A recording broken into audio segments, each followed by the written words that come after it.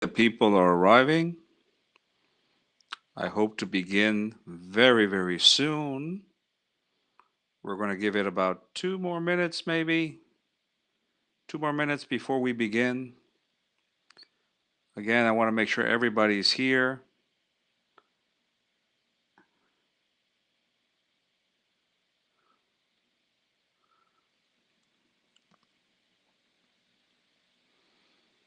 Good evening, Roxana. Good evening, Heller. Great to see everybody is here. We're going to give it about 2 more minutes and we should be good to go. 2 minutes, we should be good to go. I'm glad to see more people showed up today.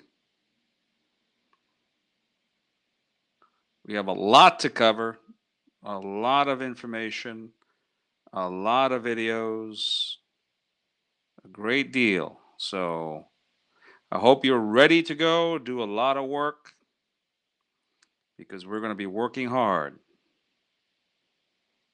Okay. About 1 more minute, and then I think we can begin. Always want to give people a chance to show up.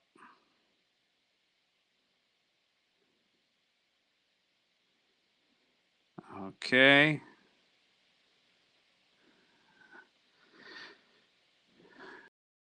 All right, very good. Great to see everybody showing up. Okay, so today, this is a live session. This is the fourth of the five main webinars. We're probably going to have one or two more. Marlene, good to see you could come. Roxana, again. Roxana is always attentive, always paying much attention to her courses. And then Christina, again, good to see you as well. All right. So today we're going to talk about language instruction, grammar for L2 communication. We're going to focus primarily on the topic of teaching grammar, which is something that we all care about. Uh, the fact that we are in a pandemic still, and that we are in the virtual age more than ever before doesn't mean that grammar is any less important. Uh, excuse me, that grammar is not on our minds. It certainly is on our minds. Okay, and so we're going to talk about the knowledge, what, in other words, the theories and the concepts that are relevant to when we teach grammar. We're going to look at the application, how we can apply different strategies and techniques for teaching grammar. And of course, we're going to look at our test prep questions, which is what everybody's looking forward to as well. Okay, so that's what we're going to do. Let us begin. First question: should we still teach grammar in this day and age? What do you think?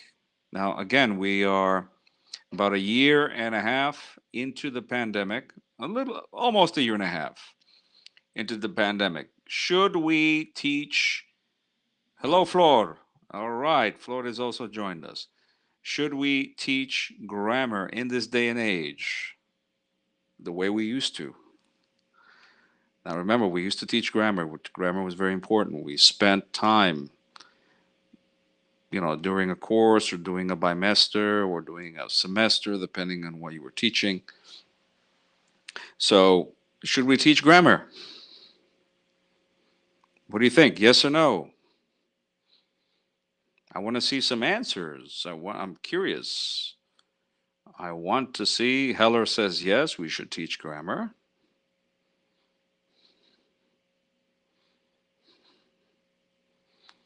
Anybody else?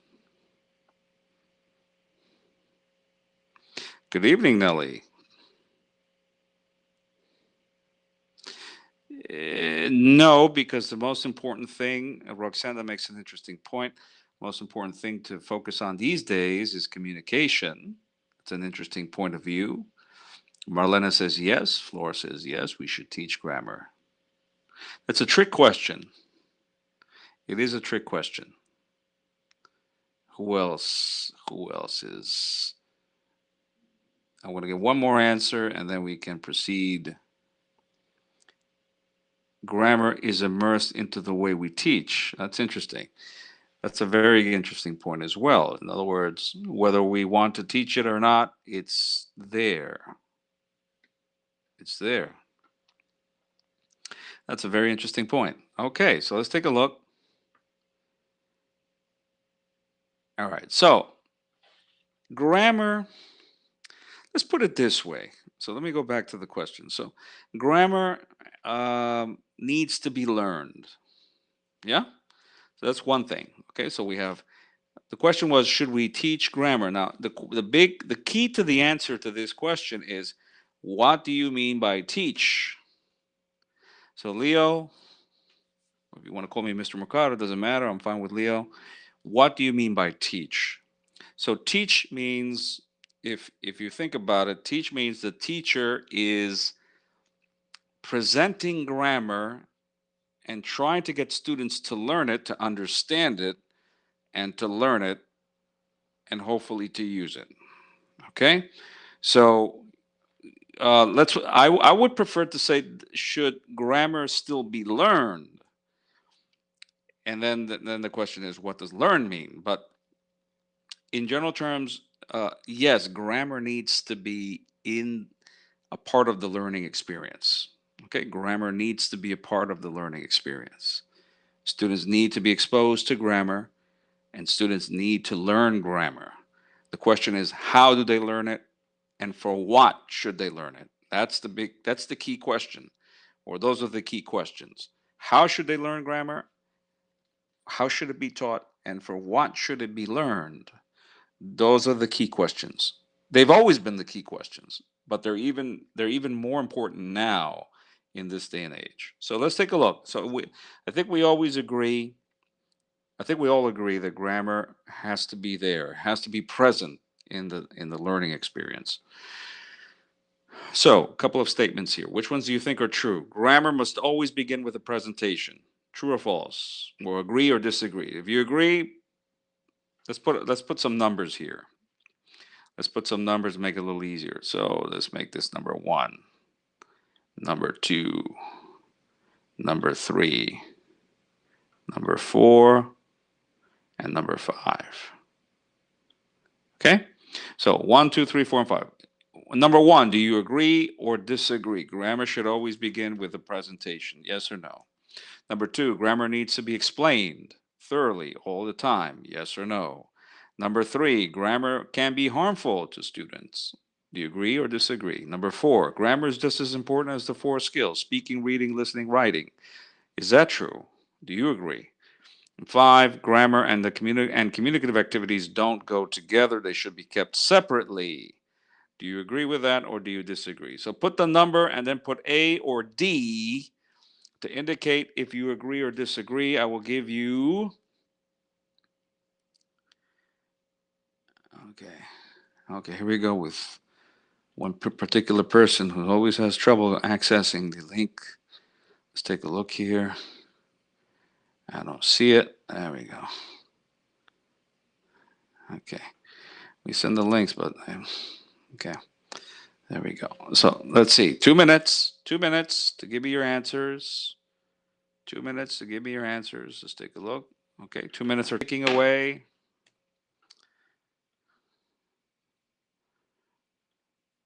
Nobody's answering. Why not? What happened? Are we shy today? Did we get shy? Some of you are not shy.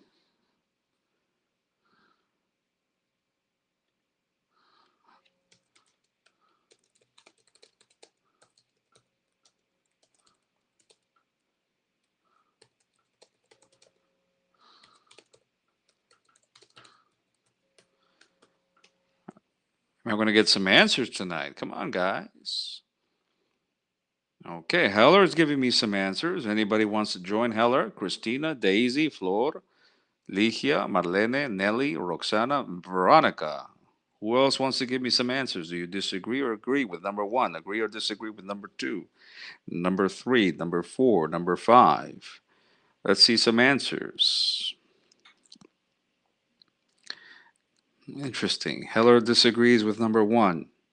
Number 2, number 3 agrees with number 4 and disagrees with number 5. Okay. All right. Who else has answers for me? Who else? Who else would like to give me an answer? We have about 50 seconds left. 50 seconds.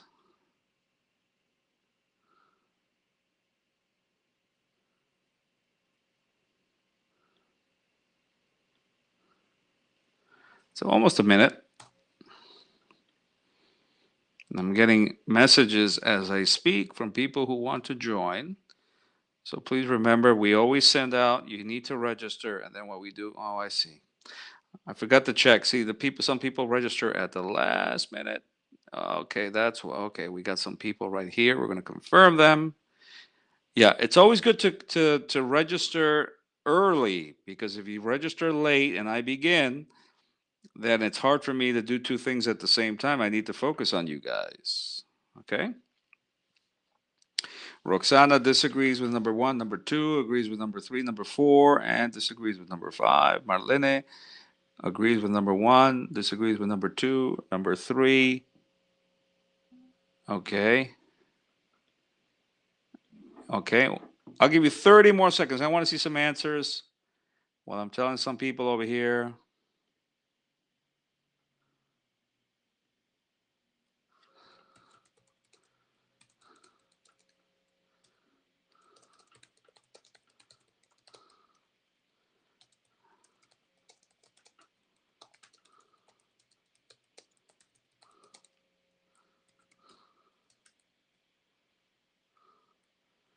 Okay.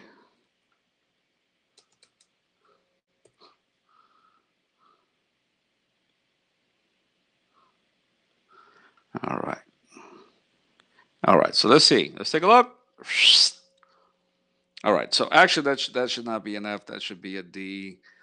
Grammar used to begin with the presentation all the time. Used to begin with the presentation all the time. That was a little more traditional. That was about 20 or 30 years ago. We used to begin a presentation, a grammar presentation, with explanations all the time.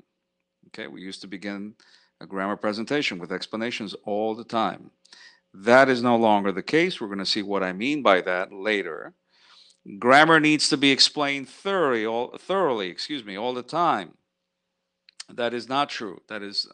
You should disagree with that. We have a tendency, the temptation to explain all the time, but we shouldn't explain all the time. Okay?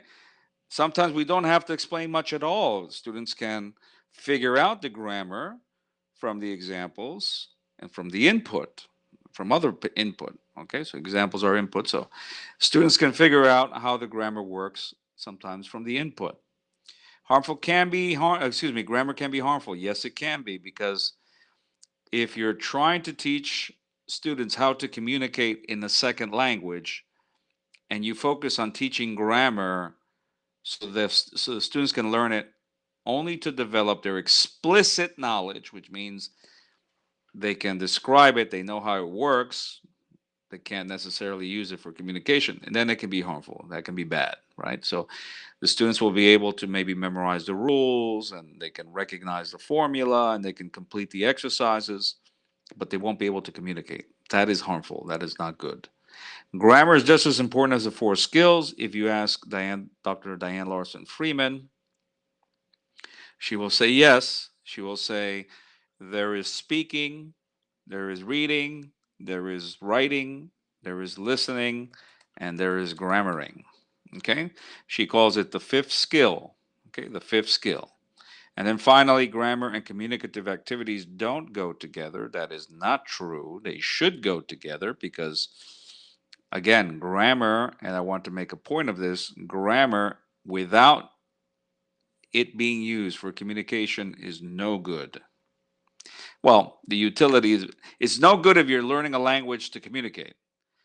If you're learning grammar so you can pass a test, okay, maybe that could be good. But if you're learning grammar to pass a test and to communicate, then you need to have communicative activities based on grammar. So this is very important. So that is a false statement. Okay? So very quickly about the moment that we're in. The moment that we're in means that we cannot teach grammar the way we used to. Okay, we shouldn't teach grammar the way we used to. We're in a virtual age. Most of our classes, if not all of our classes, are virtual, right? Depending on the country that you're in. In the United States, students are returning to school in most states. Okay, so I in the state I'm in, the parents line up. They cause traffic because they're picking up their kids from school. So they're all back in the classroom. The kids are in the classroom. In Peru, I know, and in other countries in Latin America, students will not be returning to the classroom perhaps until March of next year. So the classes are still mainly virtual. That means that grammar in this day and age, the way we work with grammar is different. It should be different. And we're going to talk about that over the next few minutes, how we should work with grammar and how students should learn grammar. Okay? All right. So, a definition. If you can give me a definition quickly, grammar is. Can you finish the sentence? Can you give me some ideas on how we can give grammar a definition? What is grammar? Can you give me a definition for grammar? How about 2 minutes? Let's start 2 minutes. Let me get some ideas. What do you think grammar is? What is grammar?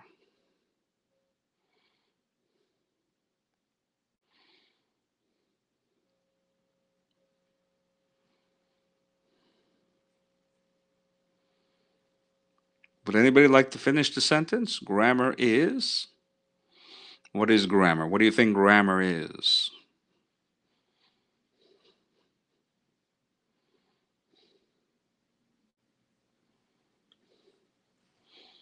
Okay, a minute and a half to get some more answers.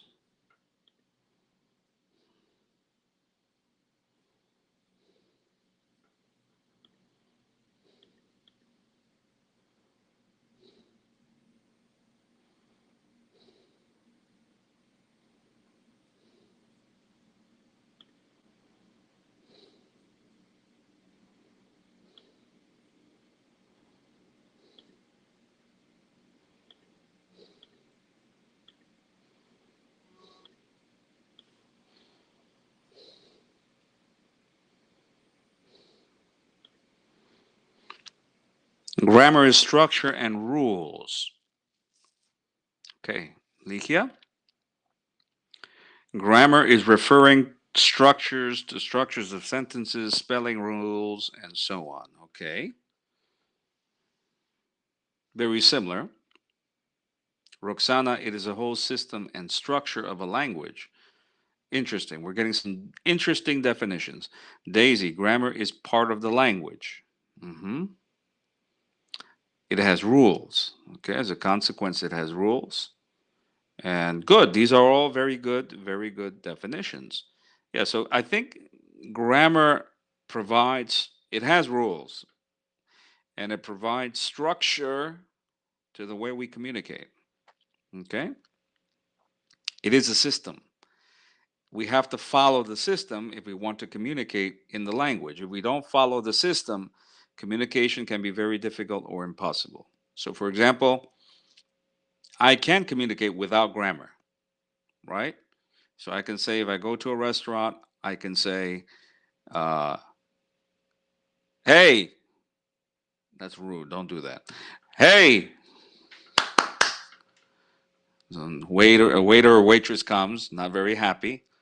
Me, eat, hungry, food, burger, ketchup, cheese, uh, fries French, Coca-Cola, uh, pickles, dessert, pineapple. Now, hungry, please. Now, I just threw a lot of words at the waiter or the waitress. I used no grammar. I only used vocabulary. There was no grammar there. Zero grammar. So I'm sure that in a simpler, well, it's a relatively simple situation. In a simple situation, people will understand me. In a simple situation, people will understand me. Okay? Um, but, well, you'd be surprised, Daisy, actually. You'd be surprised. I've worked, I've worked in the hotel industry. I've worked in the restaurant business. I've worked in retail. I've worked in real estate. I worked in banking, and so on. And you'd be surprised how some people speak. Even native speakers, people can be very rude. Um, yeah, so even native speakers, actually native speakers, can be very rude if you know from very young days. I can remember when I was working in other industries outside of education. So people can be very rude. Yeah. So anyway, but remember, this person. Now I sounded a little rough, but this person has no choice. You know, whether you say it roughly or softly. The fact is, I didn't use grammar, but I communicated the idea. But that is a simple situation. If you want to communicate in more complex situations, you really can't without grammar. There's no structure. Yeah, there's no structure.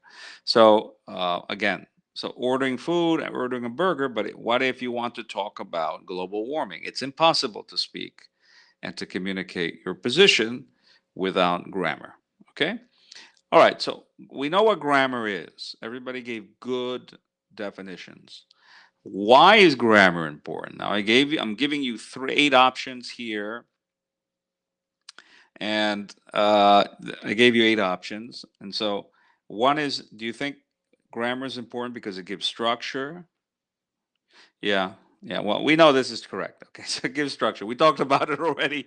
So we know one of the answers is this, gives structure. So A is correct. So now give me three more.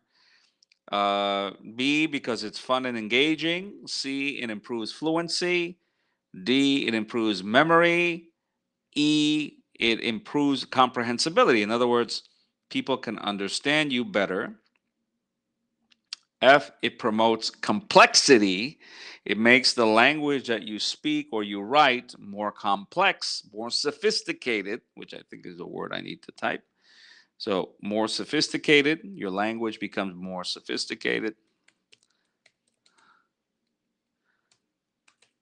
Sophisticated. Okay. All right. So, the language becomes more sophisticated, more complex, or you need it for passing tests, or students need explicit knowledge. So give me three more reasons why you think grammar is important. B, C, D, E, F, G, and H. Of the seven options, give me three more reasons why grammar is important. Why do you think grammar is important?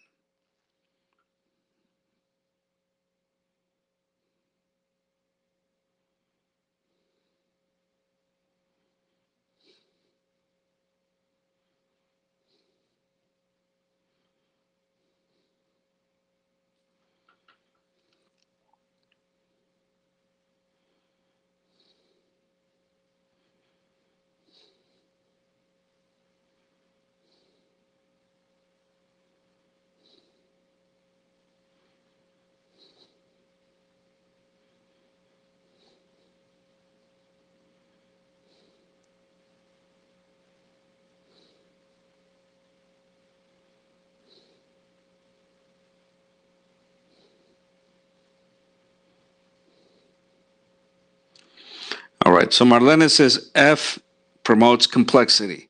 Heller is A, E, F, and H.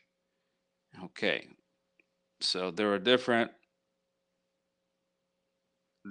options here. I'll give you one more minute. Let's take a look. One more minute.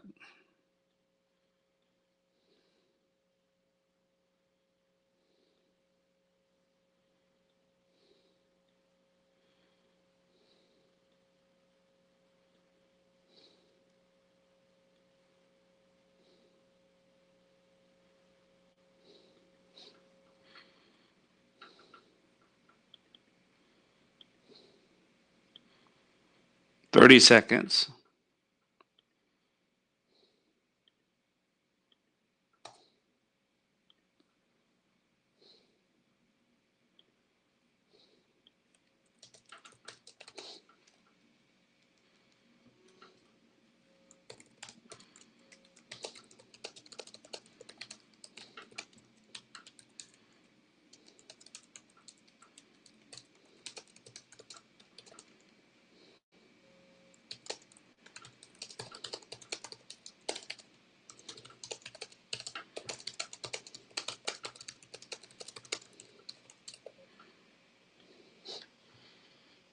Okay, let's take a look, see what we have.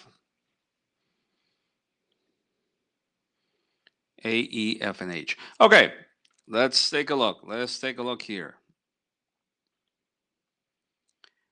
So it gives structure. It improves comprehensibility because if I remember the example that I gave you for the restaurant, um, if I had used grammar, it would have made my message clear, easier to understand for the other person. It also, well, that's a different option. Hold on a second. Why is that changed? It promotes complexity. Ignore that. It says promotes critical thinking. It promotes complexity. Yeah. It makes your language more sophisticated, and it also makes it easier for you to pass tests. Because if you want to pass a GEP, the Global English Proficiency Examination, which we offer, which you can take from home, um, you need to know grammar. Yeah. If you want to pass to Cambridge, you need grammar. If you want to pass Michigan, you need grammar. If you want to pass TOEFL, you need grammar. Now, they don't call it grammar anymore. They used to call it grammar, the grammar section, but now they call it language use, which combines vocabulary and grammar. So if you want to pass it into the international proficiency examination or the ELASH as well, ELASH is another exam. You also need to know grammar. Grammar is important. So that is a little more in the area of explicit knowledge. It's a little more in the area of explicit knowledge, but the logic is that if you have uh, if you learn a language well, then you are able to um, uh, be able to answer the questions on the test also well. Okay. So number one, structure and understanding. It improves structure, gives structure to the language that you use, improves comprehensibility. It allows you to master the tenses, past, present, future. It makes your language more complex for more demanding situations. So it makes your language more sophisticated. And it helps you get a certification, as we mentioned before, for one of the international tests. Now, what are the 5 steps for grammar? In the past, we did these 3 in the past. But now this is more like a stage 2. Let me change the color here. Let me change the color. The stage 2. Today, the grammar lesson can be divided into 2 stages. Okay? Stage 1 and stage 2. So, what are some of the things that we do when we teach grammar? What should we do? Remember, I'll give you a little hint. Remember what we did with approaches and methods. We talked about approaches and methods. And there's something that we still do today. We've been doing for about 40 years. We've been doing it for about 40 years. We're still doing it today. So, what are the steps of a grammar lesson? What do you need to do when you're teaching grammar? What is step number 1, step number 2, step number 3, step number 4, step number 5? Let me give you a little help. Okay? Let me give you a little help. Let me change the color first. Hold on.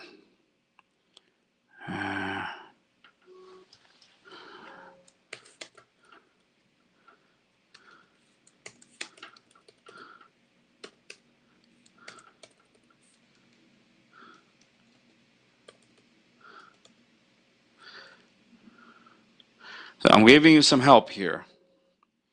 I'm giving you some letters.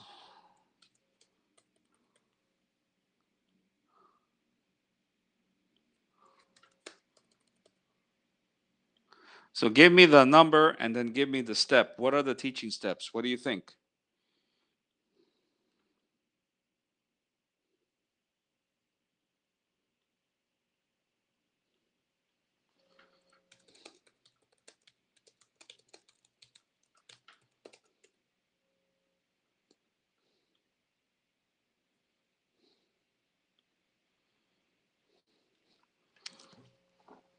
Come on, guys. Nobody?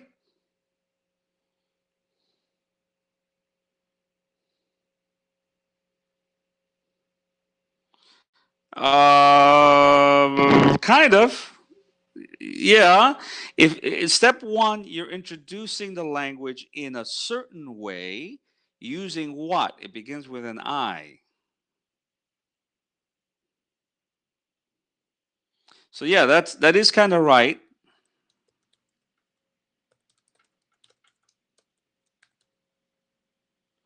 That's a good start. That's a good guess.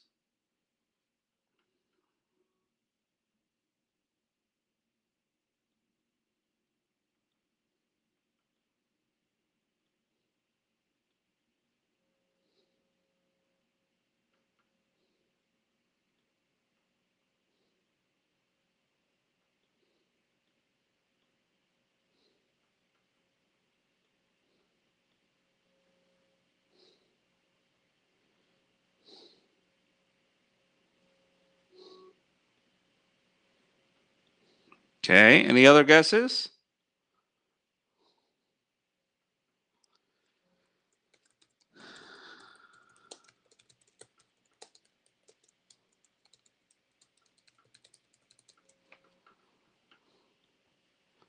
Let's take a look. Nobody else? Come on, guys. At least three, four, and five. That should be easy for you. Remember, we talked about this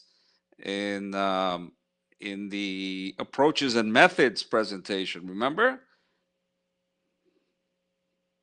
approaches and methods. Okay, Daisy, practice and practice exercise. Okay, so introduction is A. Uh, practice is three, four, or five. So practice exercises is three or four or five. Which one is it? So practice exercises is correct. Which one is it? Three, four, or five? Good. Production is also correct, Marlene. Which one is production? Three, four, or five? So we have practice and we have production. Heller, presentation three, practice four, production five. How many of you agree with Heller? Who agrees with Heller? So give me a number. So Marlene said production. Daisy, that is correct. So number five is production. Okay, number five is production. What about number four?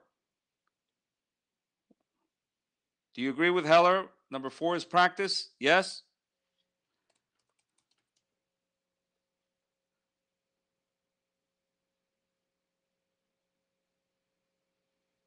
Okay, let's make it a little faster. Number four is practice. What about number three? So he gave us an idea. Yes, Daisy. Number four is practice exercises for feedback. Number five is definitely production. What about number three? Heller gave us an idea. How many of you? Yes, Heller, the 3P method. So the 3P method, we keep the 3P method for stage two. But before, it was only the 3P method. It was only this. That's it.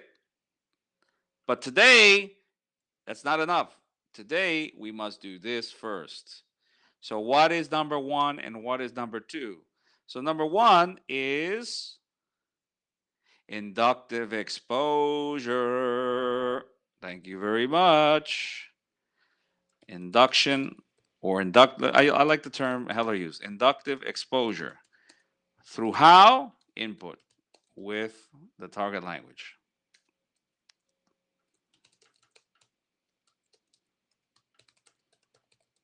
Okay? So it can be a conversation, it might be a video, it might be what have you, an article. So it is the target language in the input. So the students, hopefully, it has a lot of examples of the target language. It could be the grammar, in this case, grammar, but it can also be vocabulary if you're teaching vocabulary, right? Okay, so that's so one more here. We do analysis. The students analyze, hypothesize. Excuse me. Excuse me. Hypothesize. Okay? Misspelled. Okay. Very good. So those are the five steps. First is inductive, then deductive. Inductive, deductive. Inductive, deductive. Inductive, deductive. Now, We don't always do inductive deductive. We should do it in most cases because we want to encourage students to reflect. We want students to notice. We want students to work out the grammar on their own from the input. Noticing is very, very important. Noticing is extremely important. Okay. So we want students to do that. So in fact, noticing is so important. We're gonna. Okay. Hold on a second. Okay.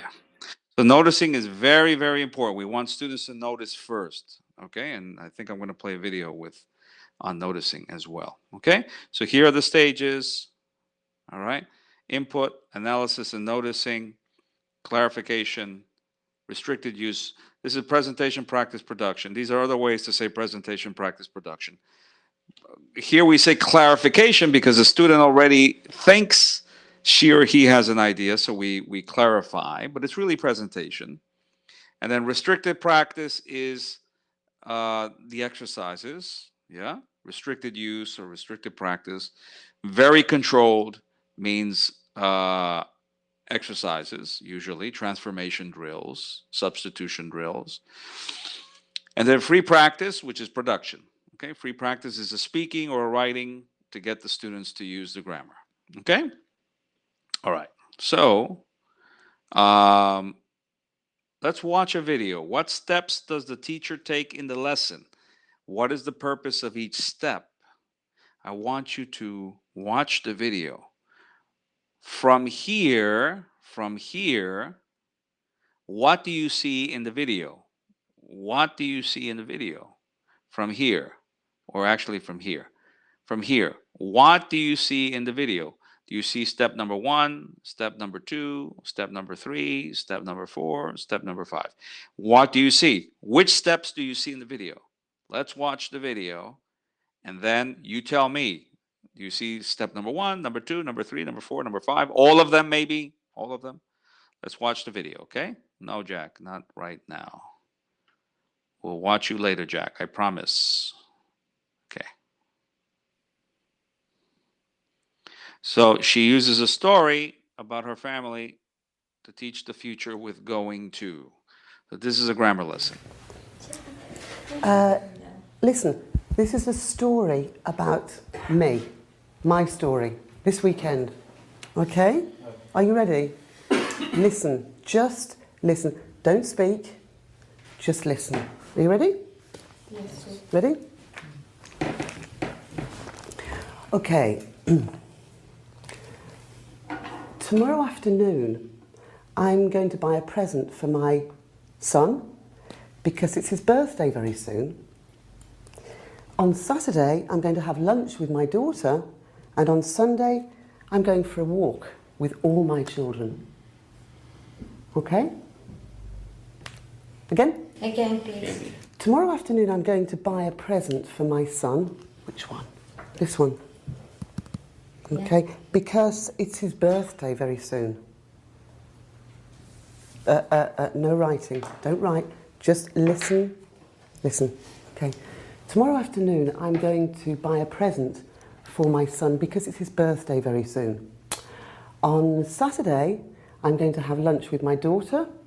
You know my daughter? Yeah. Okay. Yeah. I'm going to have lunch with my daughter, and on Sunday, I'm going to go for a walk with all my children. 3 ideas.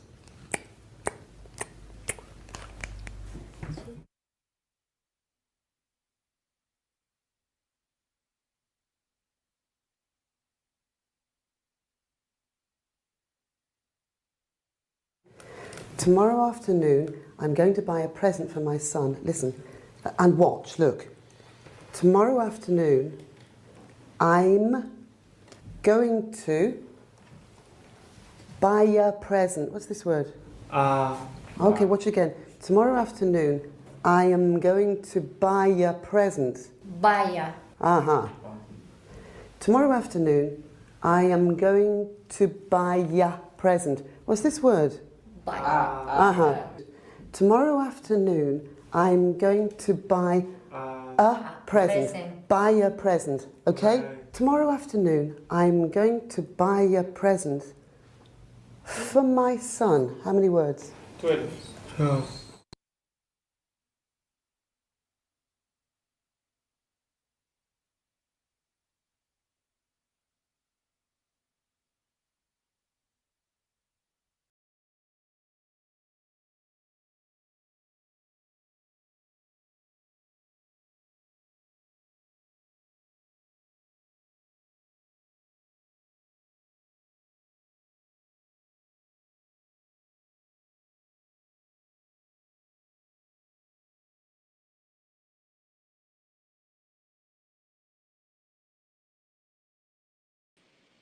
Okay, so to finish the lesson, the teacher has the students come up with their own sentences with going to talk about the weekend. Okay. Now it would have been great to see the examples right from the students, um, because I've done these videos before, and it's always good. I did them for Cambridge University Press, and it's always good to see videos and the students producing the language in the video, not just talking about it, but not just writing. Oh, the students did that. No, we want to see the students. Those are the learning outcomes. Those are the results that we want to see that prove that the students learned. But anyway, we didn't see them. So, what did we see in the class? Did we see number one? Yes or no? Did we see number one? Did we see number one? Inductive exposure, input with the target language. Did we see that?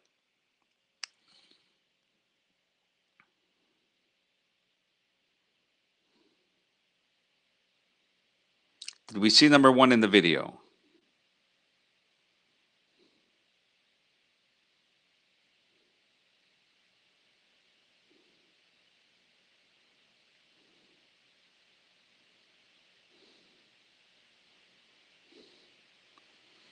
Okay, we did see number one in the video because she didn't say anything about grammar. Remember, she didn't say anything about grammar. She said, I want you to listen. I just want you to listen. No writing, she said. Uh, Tomorrow, I'm going to go to buy a present. I'm going to buy a present for my son because his birthday is coming soon. On Saturday, I don't remember what she was going to do on Saturday. I'm going to go to lunch with my daughter or something. I can't remember the example, and on Sunday, I'm going to walk with all my children, she says. So she only spoke about her plans. She used the grammar three times. I'm going to buy a present. I'm going to have lunch. I'm going to walk with my children. She never said, I'm going to use going to indicate my plans. She never said that. She gave the input. The students were supposed to notice the input, yeah, and make the connection. Tomorrow, Saturday, Sunday, going to, future, plans. So hopefully they would. Now we saw this, so that means that we saw this. We saw this. She said, talk, talk, talk, talk, talk, talk. So we saw kind of this. She gave the instructions for this. Yeah, yeah. She gave the instructions for the. She gave the input, and then she had the students work together. We kind of saw a little clarification, a little presentation with the pronunciation, right? Buy a present, buy a present. She was modeling the example. It's a little kind of like clarification, a little like clarification, modeling the example, a little bit, not exact. We didn't see the explanation. We didn't see the explanation. So half and half, 50-50. We did not see practice. We did not see practice. So this, hold on a second. This we did not see. This we did not see. Okay? And this we were told, excuse me, it should be green. We were told that the students would come up with their examples. We didn't see it, but we were told. So in the end, we had number one, yes. Number two, yes. Number three, 50-50. Number four, no. And number five, supposedly. Yeah? So that's what we saw in 2 minutes, 2.5 minutes. We saw this. Okay. All right. Very good. All right. So again, these are the steps. Now we're going to look at presentation techniques for grammar, and these are the sequence of classroom activities. We have to make the connection. So, oh, by the way, the video is from the Practice of English Language Teaching. It's Jeremy Harmer's methodology book. It is available. That video, I found it on the internet, so I'm not using it illegally. It's available for free on the internet. So I just want to clarify that. Number two, this is from the TKT, also available on the internet from Cambridge University Press. Presentation techniques, getting students to use grammar in a controlled way.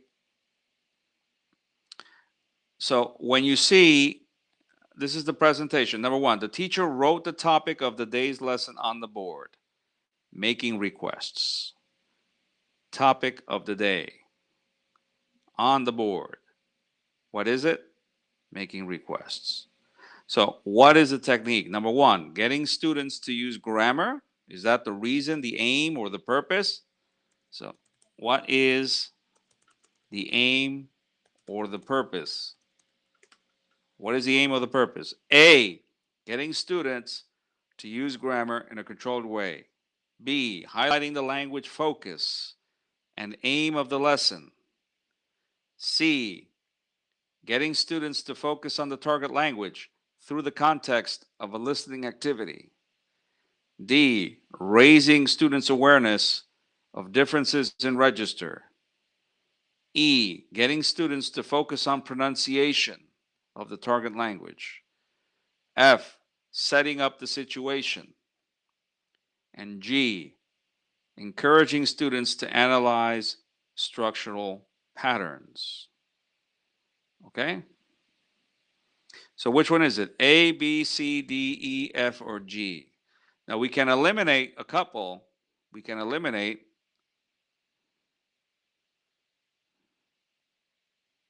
Let's see, draw.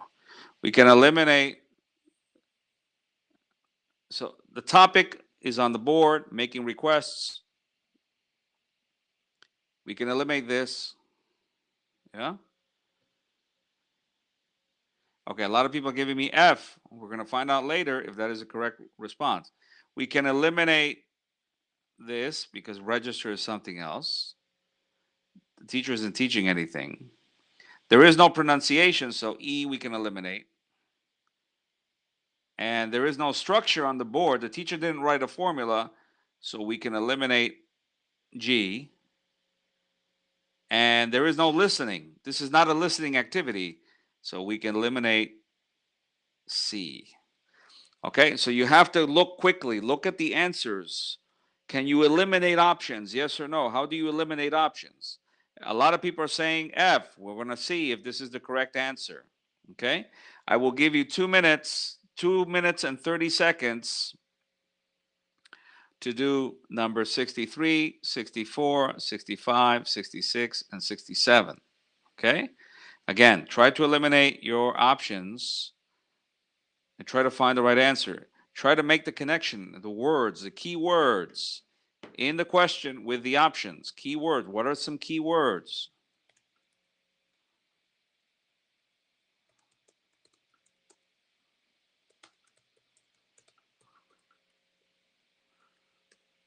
Okay, so 2 minutes. I'm going to give you 2 minutes starting now. 2 minutes and 30 seconds.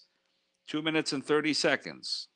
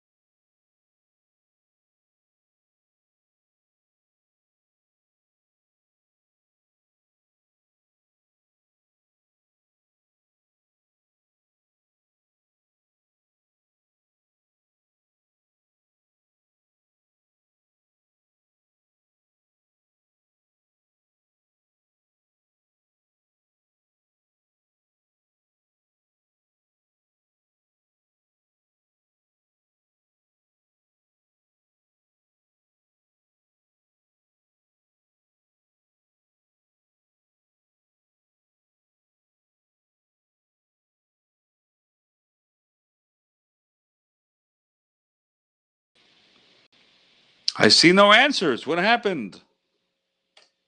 What happened to everybody's answers?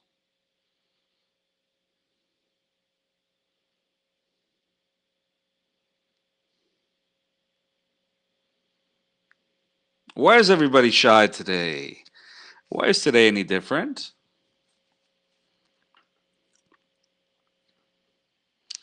Oh, by the way, I'm going to be locking if you I'm going to be locking the room in about 8 minutes because well, people need to get credit if you have to be here the whole time if you're going to get credit for the attendance. So make sure you don't leave. Once I lock the room, don't leave the room because you won't be able to get back in.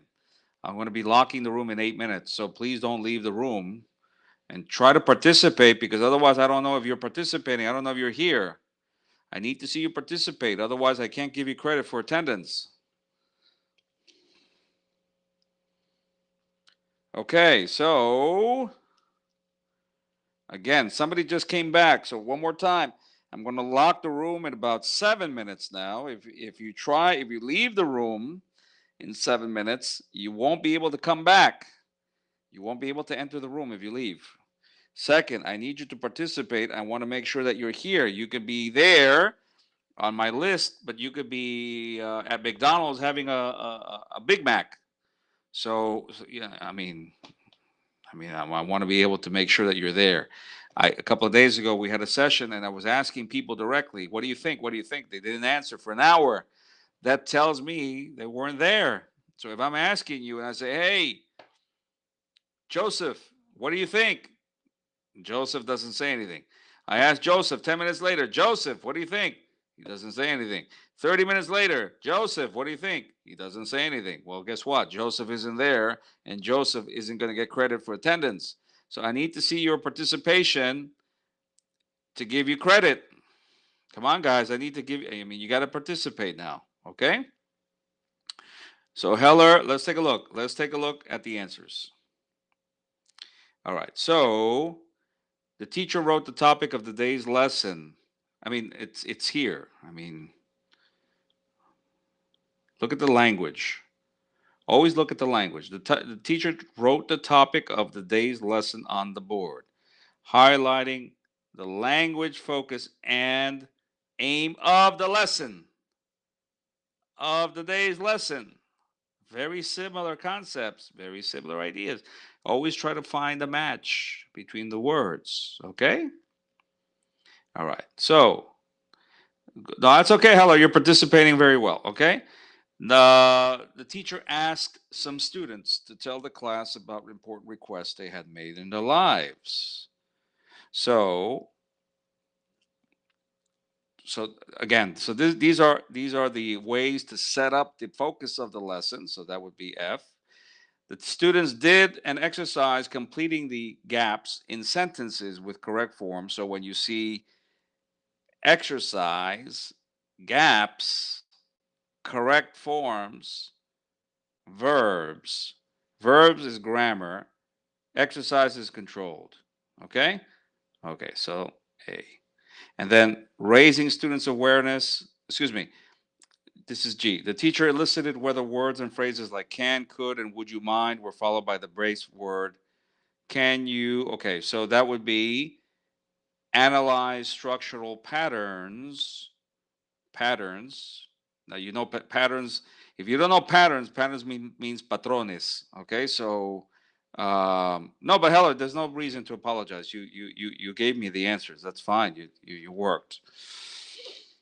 All right. So the G, and then the teacher asked the students to tell her which forms could be used in particular contexts. This is always register. How you use the language in different contexts and with different people. If you're talking to your boss, it's very different than talking to your friend. If you're talking to your son, it's very different than you're talking to your husband or your wife.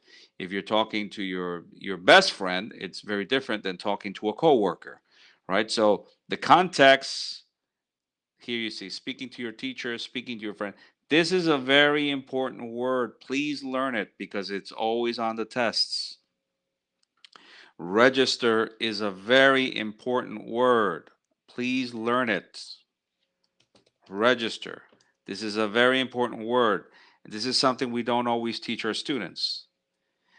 Getting students to focus on pronunciation. So when you see the word chorally, whenever you have choral repetition, it's usually pronunciation, choral repetition. And here you have connected speech, which is a pronunciation feature. Okay? So whenever you see choral, chorally, drilling, choral repetition, drilling, that is usually pronunciation practice. Okay, that's usually pronunciation practice. All right, very good. Let's go to the next one. All right, so here we have the aims of the lesson. Remember that aims are things that are always going to appear in on your tests. Aims, okay? They're always going to appear on the TKT and on the ministry tests, the magisterio tests, right? All right. So let's look at lesson aims. So the target language to help the students understand and produce the spoken form of regular past tenses. Regular. How automatically regular past tense, regular past tense, regular past tense. What can you tell me about regular past tense? How does the regular past tense finish? Ed, right? Or IED. And there are different ways to pronounce ED and IED, right? So if you say automatically stop, it stopped, right? But if you say play, it's played, right? If you say study, it's studied, yeah? Studied. So the answer, according to Veronica and Heller and Daisy, is G. That is correct. So, well, actually, I wasn't supposed to say it's correct. I was supposed to say we're gonna see. Okay, yeah, but yeah. So number 13, we're gonna do this together better. Yeah, number 13 is G. Number 14, to help students write a set of instructions for a process. So the key words here are instructions and process. Okay? Now, in a process, a process has a beginning, middle, and an end. Okay, so a process has a beginning, middle, and an end. So that indicates Heller says H, Veronica says H, Lourdes says H, Roxana says H. H is the correct answer because process is more or less synonymous with sequence. Okay, so process is more or less synonymous with sequence. Okay, so number 14 is H. Okay. 15, to help students make contrasts. Contrasts.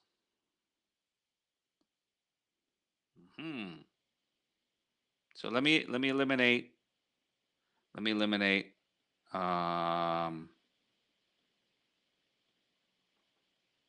G and H.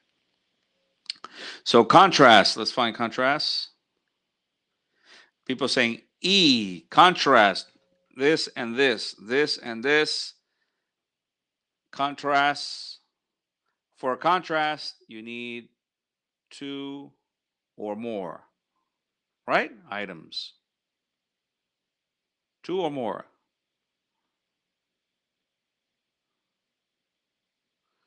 So people saying E, let me get one more.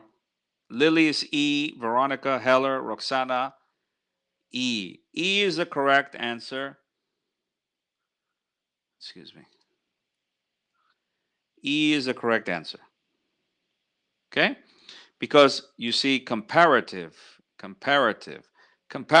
This is Iquitos is hotter than Lima. Cusco is colder than Pucallpa. Lima is older, I think. Yeah. Lima is older than Ica. Yeah. So you're contrasting. You're making contrasts. 16, to help students hold a discussion on a current topic. Okay. So to help students have a discussion on a current topic.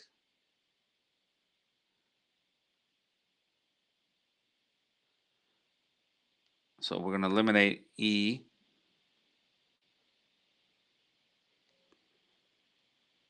Discussion.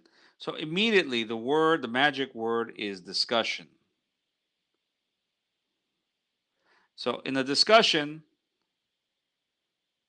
Veronica says A, Lourdes A, Lily A, Nancy A. A is the correct answer. In a discussion, we have points of view, we have different opinions. We can agree or disagree. So that is correct. So number 16 is A. Yeah? So now A is gone. So now we have 4 options left. To help students write questions for a survey about favorite holiday activities, question tags, possessive adjectives, verb plus gerund, weak forms of connected speech. This is not easy. This is the most difficult. Number 17 is probably the most difficult.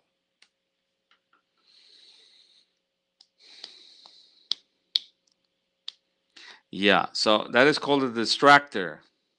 The correct answer is not B.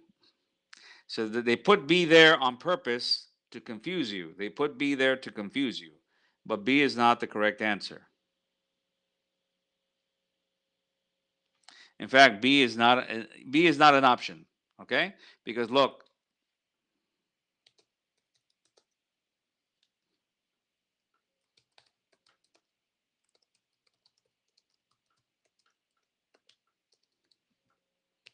this is a question tag, right?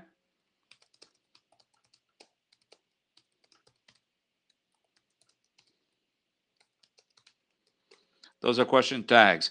Do you put that on a survey?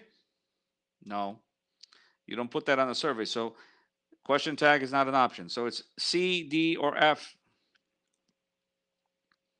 Now F, be careful with F because F is would have had, and that is a specific grammatical structure. F is a specific grammatical structure.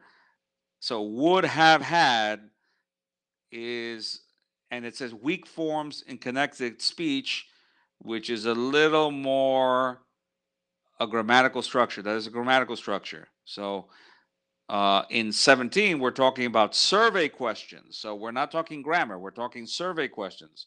So now it's C or D. So which one is it, C or D? The correct answer is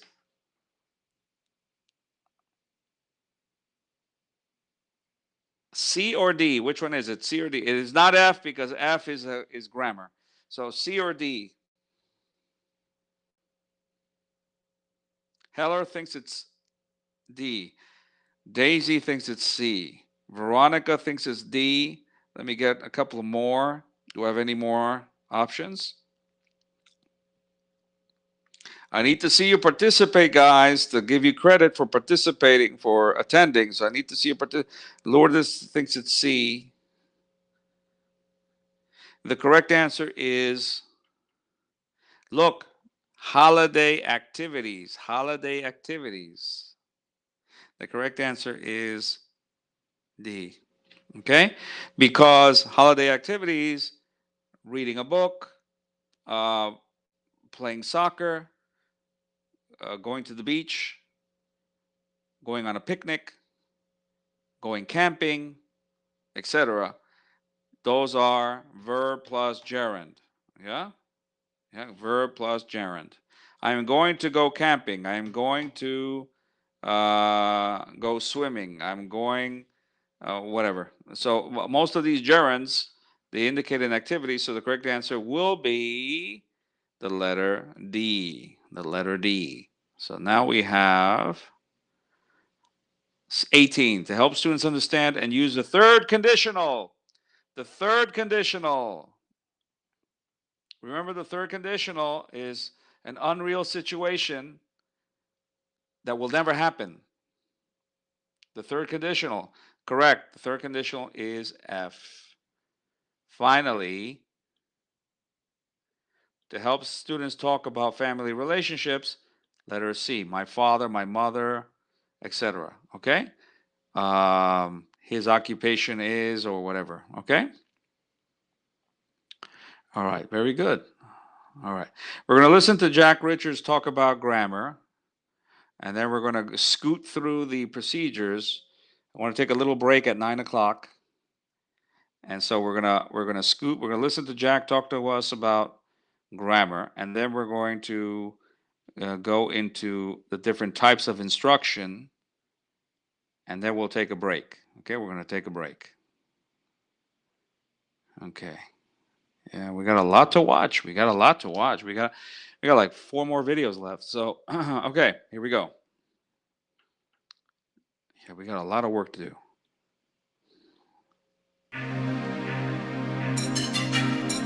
By the way, what is his main point? What does Dr. Jack Richards say about grammar? What is the main point? What is the main idea? Okay?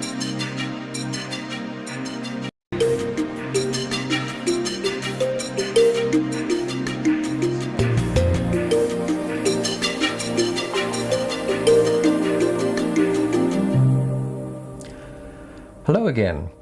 I'd like to talk about grammar today. A lot of teachers ask me, should we be teaching grammar? Is grammar still important? And so on. And of course, with some of the current methodologies that are being used today, grammar has a different role, different status. I like to think of grammar as a communicative resource. Teaching grammar as a communicative resource. What do I mean by that? Well, if you look at the grammar books that you probably are familiar with, or the way grammar is taught traditionally, the focus is on understanding how language works and also practicing using grammatical rules and so on at the level of the sentence. And so students study how to use adverbs, how to use the tenses, and so on. But what's important, of course, is being able to use that knowledge of language while one is in the process of communicating. And that's what I mean by using grammar as a communicative resource. So, for example, take the case of recounts or narratives. When we're engaged in conversation, a lot of the time what we do is share little stories. This is what I did yesterday. What did you do? This is how I spent my vacation. What did you do? And telling that little story or that recount requires a certain amount of grammar. It requires the past tense. It requires action verbs. It may require adverbs and adjectives describing reactions to situations and so on. So there, the student is required to call upon his or her grammar and use it as part of the process of communicating about a particular event or topic. This is what I mean by using grammar as a communicative resource. So when we're teaching grammar, we have to go beyond looking at how grammar is used to shape sentences. We have to ask, how can grammar be linked to real context for the use of the language, to real communication? And that's where the notion of grammar as a communicative resource comes up. What do students want to use language for? And how can we incorporate into those uses the awareness of the grammar that they've learned and the ability to use that grammar appropriately in conversation, in discussion, in presentations, and so on. Grammar as a communicative resource.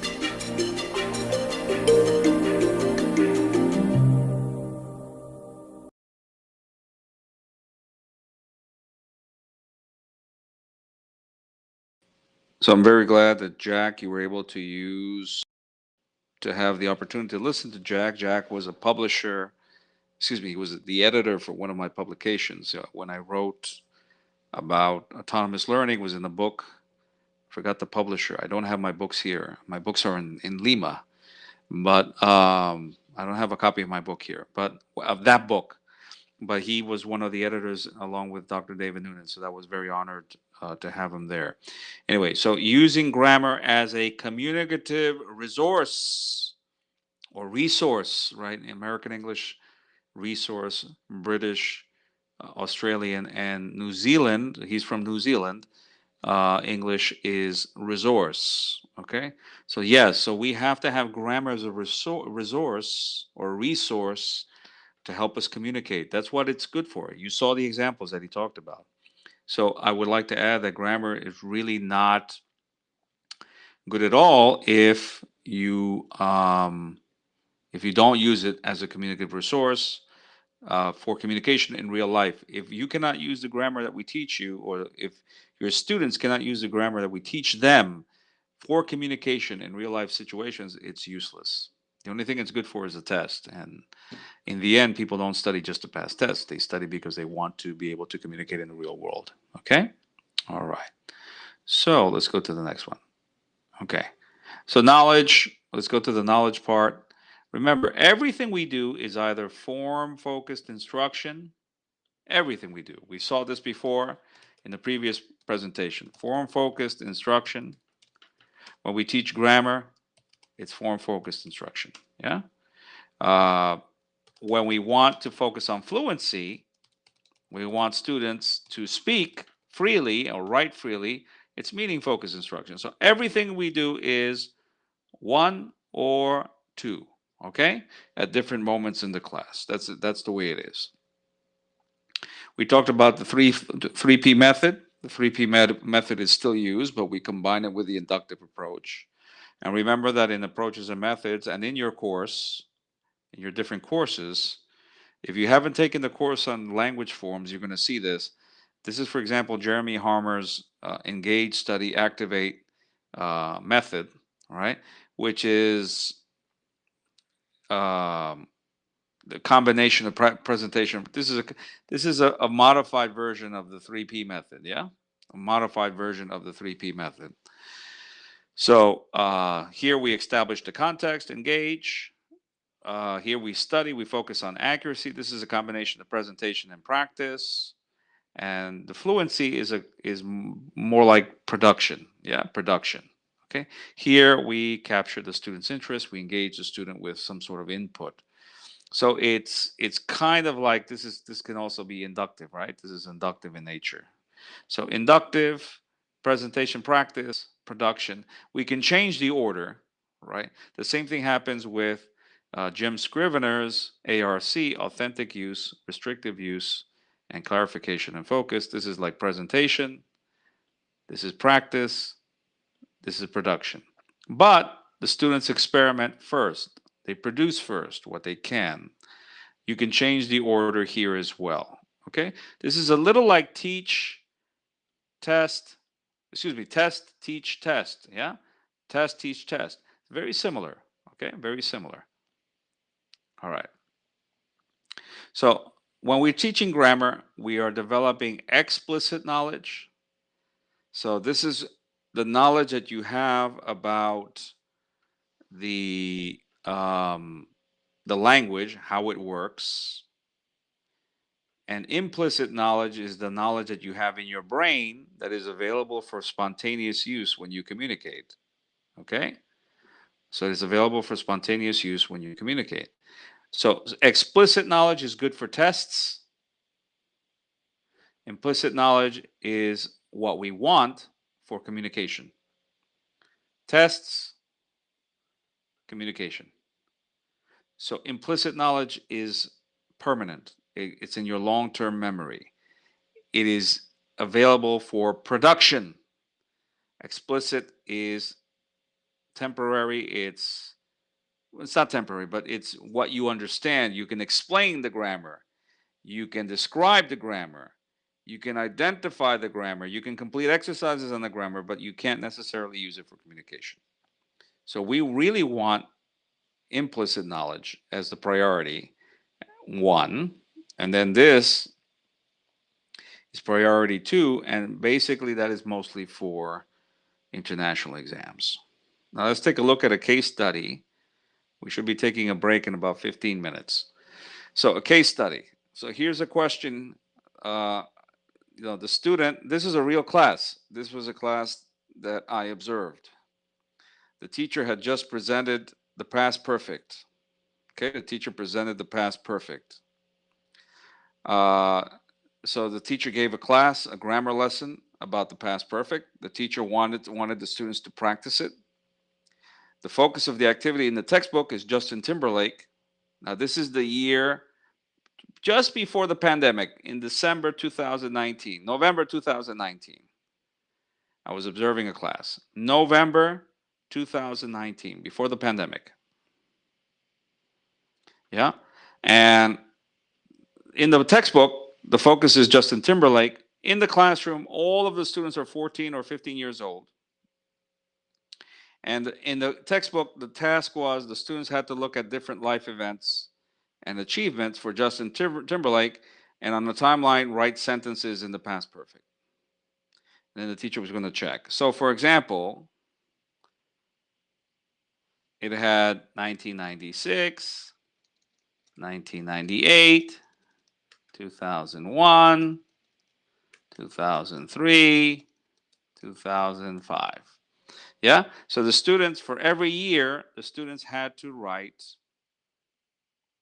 they had to write a sentence in the past perfect. But, but, so it looked good in the textbook, but the class was a disaster.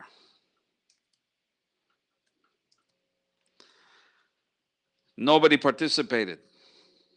Only one student participated. All the other students had bad answers, incorrect, no past perfect, no talking, no interest, not engaged. What happened? What do you think is the reason they didn't participate? Why did the students not participate? Why did the students not write correct examples? Why did the students, why weren't they engaged? What was the problem? What do you think?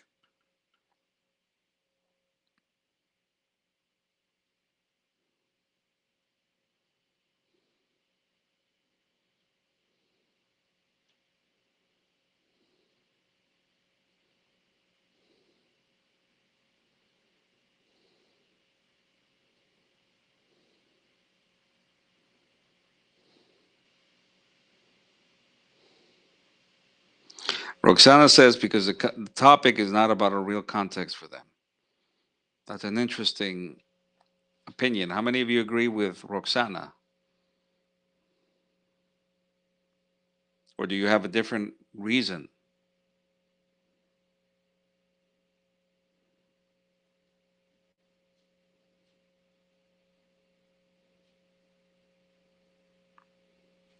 Yeah, so Roxana thinks it's because the class didn't work because the lesson didn't give them a real context. It wasn't relevant. Yeah, they weren't engaged. So why didn't this class work? Why was it a disaster? Why did the students not participate? Why did the teacher get incorrect answers from the students? They didn't use the past perfect correctly 80% of the time. Why? Why was the class a failure and not a success? Marlene, the topic is not interesting for teenagers. Heller, yeah, that's the reason. Because look at the year. Look at the year. The year is November 2019. The topic is Justin Timberlake. The students are 14 and 15 years old. They don't know who Justin Timberlake is. Look at Justin Timberlake's career. It's old news. Even for me, I mean, I barely remember Justin Timberlake. He was in a movie. He was in, I forgot the group. I don't remember the group. I don't remember the group. I know it's not New Kids on the Block because New Kids on the Block was 10 years before. New Kids on the Block. So this is, what was the name of this group? I can't even remember his group. Um, if I can't remember his group, what about the 14 and 15-year-old students? They're not going to remember. They don't care about that. They want Sadie G and what is it? Big Bunny or Bad Bunny. They don't care about this guy. They don't care about Justin Timberlake. Nobody knows who he is. So if you choose the wrong in sync, thank you, Heller. In sync. If you If you choose the wrong top, that's right. In sync. That's what it said in the textbook. In sync. They haven't sung a song in almost 20 years. I mean, come on. How are the students going to be interested in a topic like In Sync if today they're listening to other groups, Sadi G or whatever? I don't know the name of those. Sadi G, whatever. Some of these people, right? They're more up to date. I mean, you have to work with uh, the topics. They don't know him, Heller. That's right. They don't know this guy.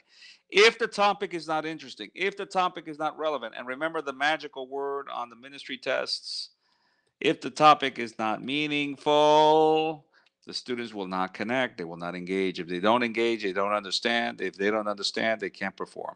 Very simple. It's a simple formula. Okay. Let's watch another class. Let's watch another video. And I want you to look at the steps. Watch the steps that the teacher takes. Take notes of the steps. What does the teacher do at the different steps? Okay?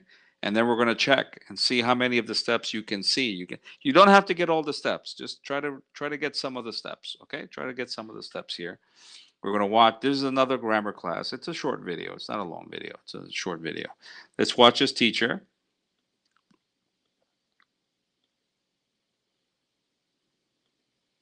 There he is. Okay. So here we go. Let's watch this teacher. He's going to tell a story about a British Christmas to teach grammar inductively. Okay. And remember, in many British houses, presents for children are left under a Christmas tree. And then that was... The first thing I need you to do is very, very simple. I need you to write on your piece of paper number 1, 2, 3, 4, 5, 6, and 7. Down the side. And please, number 1, leave maybe 1 or 2 lines. Number 2, 2 lines, 3, 4, 5, 6, 7. I'm going to tell you a little story, and all you have to do is listen. In my family, I have a brother and a sister. My brother is much older than me and much stronger than me. So when I was a child, he had control over everything. And I'm going to tell you a very short little story. Just relax and listen. It was Christmas morning, and we ran downstairs to find our wonderful presents hidden under the Christmas tree. My brother immediately started shaking all of the biggest boxes to see what Santa had left us, because we had been so good. The boxes, decorated in fantastic wrapping paper, crashed to the floor as he went from box to box. Finally, my annoying brother, laughing and shouting, found his presents and started opening them while I tried to find mine. I opened my present lying on the floor near the tree and discovered my brand new remote control Ferrari. It was red. My brother picked up the control and threw the car onto the floor so he could play, breaking the front wheels instantly. This was the 3rd Christmas toy broken by my brother. I could not play with at Christmas. Easy short story? Some yes, some no? Okay, you're going to hear the story again. You're going to hear it at the same speed. I'm not going to slow down. I will read one sentence. I will tell you the number. I will say the sentence. Then there will be 5 seconds. And then the second sentence, 5 seconds. Third sentence, 5. Da, da, da, da, da. This time, I want you to take some notes. Okay? There is no way you will get down all the information. And for your notes, don't worry about spelling. Okay? Which is unusual for your teachers to tell you this. But I need you to get down the key information. Everyone clear? Okay, can you get your pens?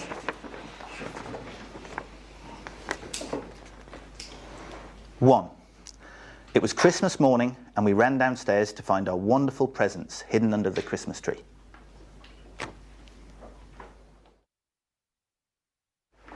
Now, part 2. Okay? I need you 4 together. You're going to be a group. You 3 are going to be a group. And you 4 are going to be a group. You need to nominate one person who is going to be your writer. Together, you write down one sentence that is grammatically correct. Now, it's very important you listen to everyone and you make a decision together, okay? And I'm going to give you about 12 minutes. So you've got about 2 minutes each sentence.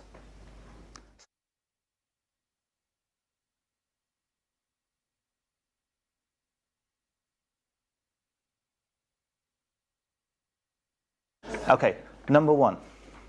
It was Christmas morning, and we were running downstairs looking for a present under the Christmas tree. It was Christmas morning. I ran out downstairs.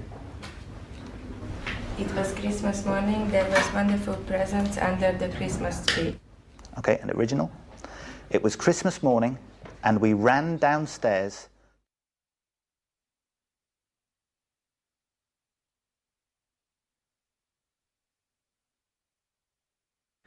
If we look at this sentence, we have different sections. We have, it was Christmas morning. This tells me the time when it happened. We ran downstairs. The action. Tells me an action. To find our wonderful presents. The aim, why did we run downstairs? What does this information tell me about? The location of what? Of the presents. Now, how do I know that this information connects to the presents? If we were using a different piece of grammar, how would I connect those two things? Presents Which were hidden? I said hide. Hidden is all right. Now, what do you call this kind of grammar when you use which, were, who, where? Relative clause. Relative clause.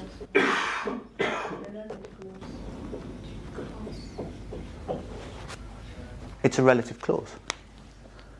Now, this type, what have I done? I have Contract. shortened it. I have Reduce it.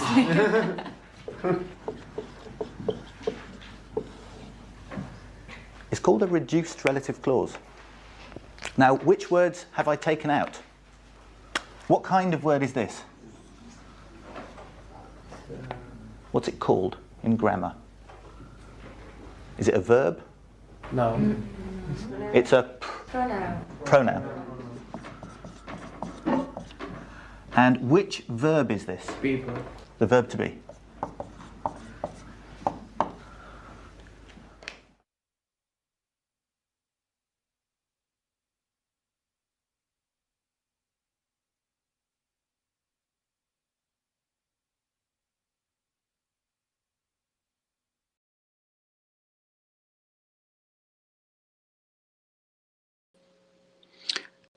Okay, so let us see. What steps did you see? Okay, what steps did you see? The grammar had this many steps. Let's take a look. Of these steps, the teacher did 6. Which of these did you see in the class? And then we'll finish here. We'll take a break. Okay, so which of these did you see?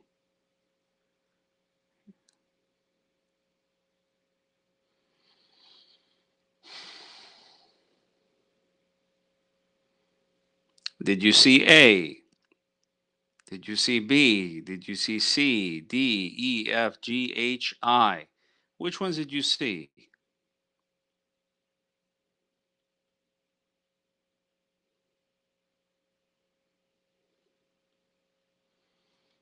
Okay, Heller says B, C, F, H.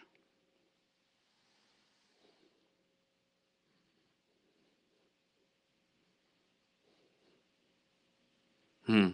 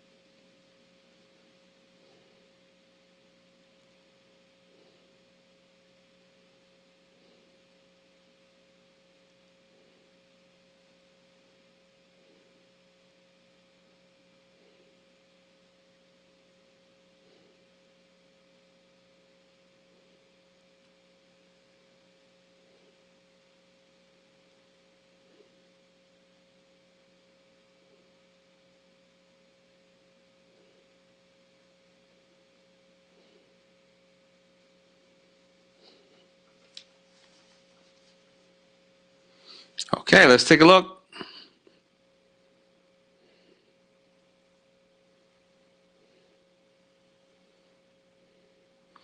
All right, so let's go back here. Let's do it one by one here because that's already in order. So, students, listen to a story a second time. A lot of you wrote A. A is, let me write with the letter G here. Okay, let's go here. So, this is correct. He told them to get into groups and to write the sentences using the notes. Remember, the notes were key words, not the whole sentence. He wasn't doing dictation. The teacher called on students to read their sentences aloud. We saw that, yeah?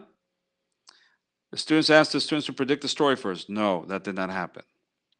There was no control practice with multiple choice. The teacher did clarify the grammar with an explanation. So this is clarification.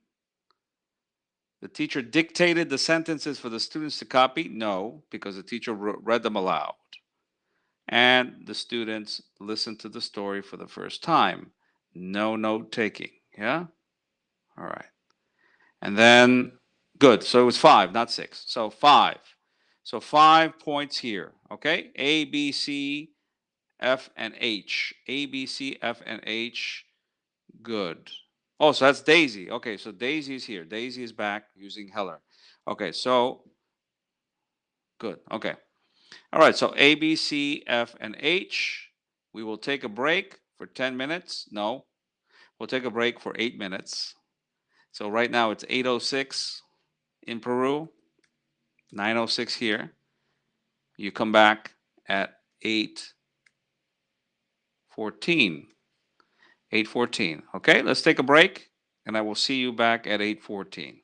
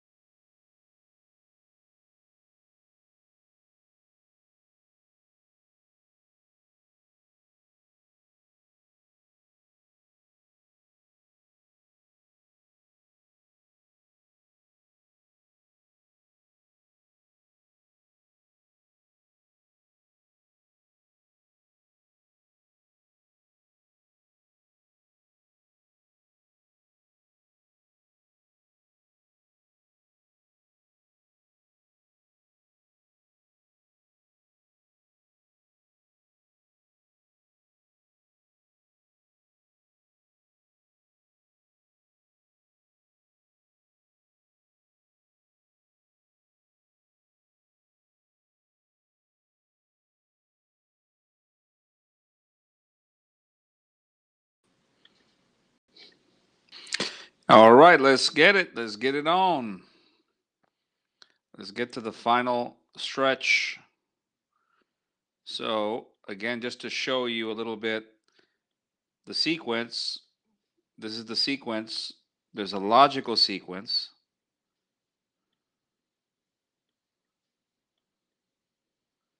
Okay, so my question is, was this an inductive lesson or uh, was it an inductive lesson or was it 3P only?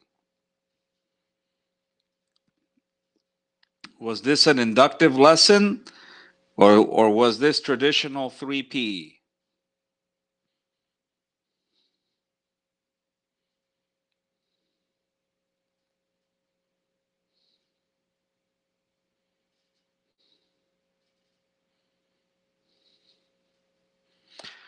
Okay, Roxana and Heller and Daisy. I opened the door. So anybody who comes later than I already took the attendance. So if anybody comes later, they're not going to get credit for it. So um, that's okay, Daisy. You got credit for it. So was this an inductive lesson? Yes or no?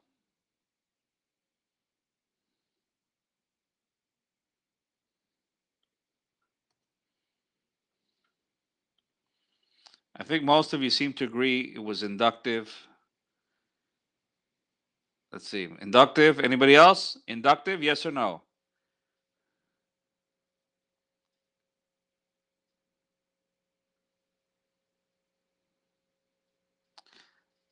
Input. Yeah. So this was an inductive lesson. Yeah. This was a very, very, just like the first one. The first one was also inductive. Both of the lessons were inductive. Today we work like that now. So we don't, I mean, what they recommend is that you do the traditional 3P method for complex abstract grammatical structures. Complex abstract grammatical structures. You can use 3P.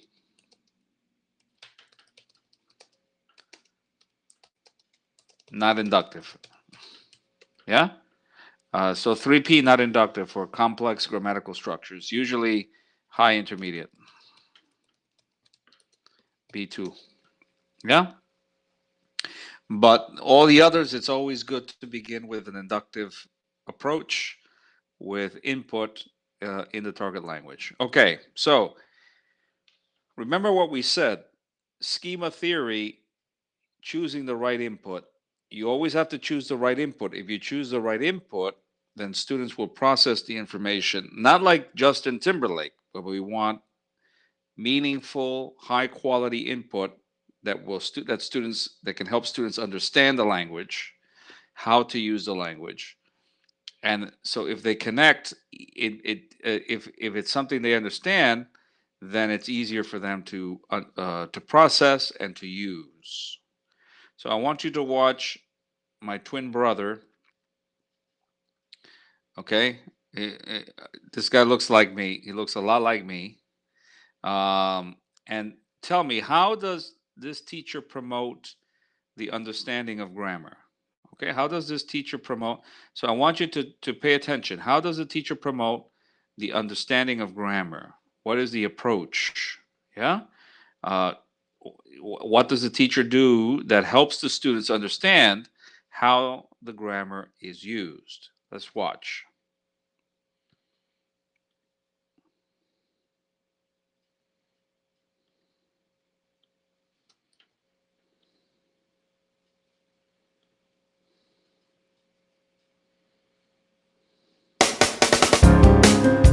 All right, everybody, great job. It looks like you really understand the new grammar. There is and there are. So let's take it the next step. We looked at the examples in the book. They're not very exciting. Let's personalize the grammar. And that's what it's all about. You need to personalize the communicator.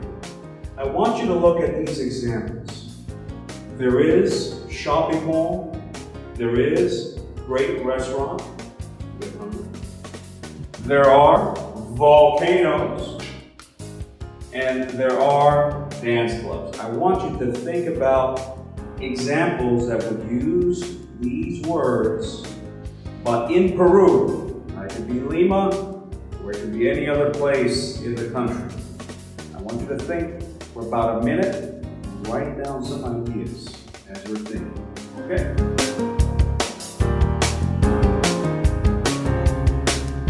Good. I was walking around, I saw some great examples. Let's see if you can write them on the board.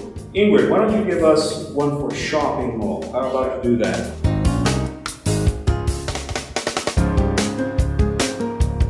Okay, these look really great. All right. Who did the first one with shopping mall? Was that you, Ingrid? Ingrid, could you read your example out loud, please? There is a shopping mall on Salaberry Avenue. Great, the pronunciation is really good. But can you give me a little more information, extra information? This shopping mall is called Real Plaza, and you can find there good deals. Okay, that is really good for there is. Let's look at there are, and this example with volcanoes. I think that was you here. Here, can you read this aloud first? There are volcanoes in Arequipa. Good. Pronunciation is great there too. Now, read it again and give me a little more information. Yes, teacher. There are volcanoes in Arequipa. They are Misty, Chachani, and...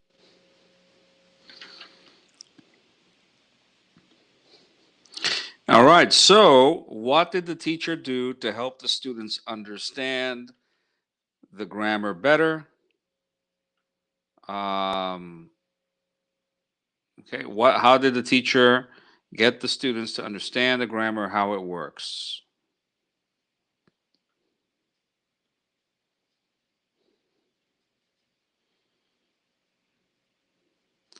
What is the key element in the formula here?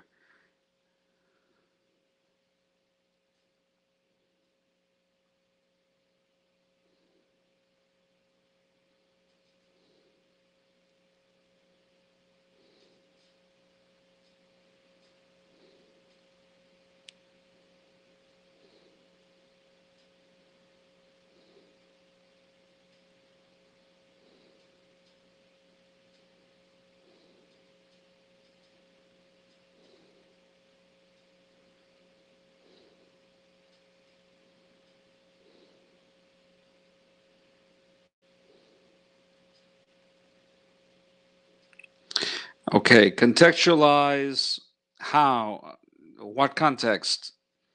That is correct, Lourdes. To contextualize, the contextualization is important here because the students are Peruvian. Good, Daisy. So this is what we call, normally the term is cultural personalization. This is, I think it's in your course too, cultural personalization. I call it Peruvianization. Right? Or to Peruvianize the lesson. If you're in Colombia, it's Colombianize. If you're in Ecuador, is Ecuadorianize. And if you're in Mexico, it's Mexicanize. Yeah, the lesson. So you want to give it context, but from the student's own culture. This makes the grammar more easy to understand or easier to understand. It makes it easier for the students to process the new language, and it makes it easier for the students to use the new language with examples from their own. The examples are more meaningful because they come from the student's reality. Yes, Daisy. So it's easier for the students to use it because the examples come from the student's reality, right? Not something abstract, right? In the other examples, the teachers gave examples from about them, and then eventually they said, okay, we want you to give your own examples. But here we are presenting the language, working together with the students so that the students can learn collaboratively with the teacher using examples from their own area and experiences. Very good, Daisy. That's the point. That's the whole idea. That usually works better than what you will oftentimes see in the textbook, right? So it's very important that you combine Peruvianized examples with examples from your course, from the book or from the ebook, with authentic examples too. So you have three types: textbook content, personalized, culturally personalized, Peruvianized content, and authentic content. So authentic is from the US, right? Or Great Britain.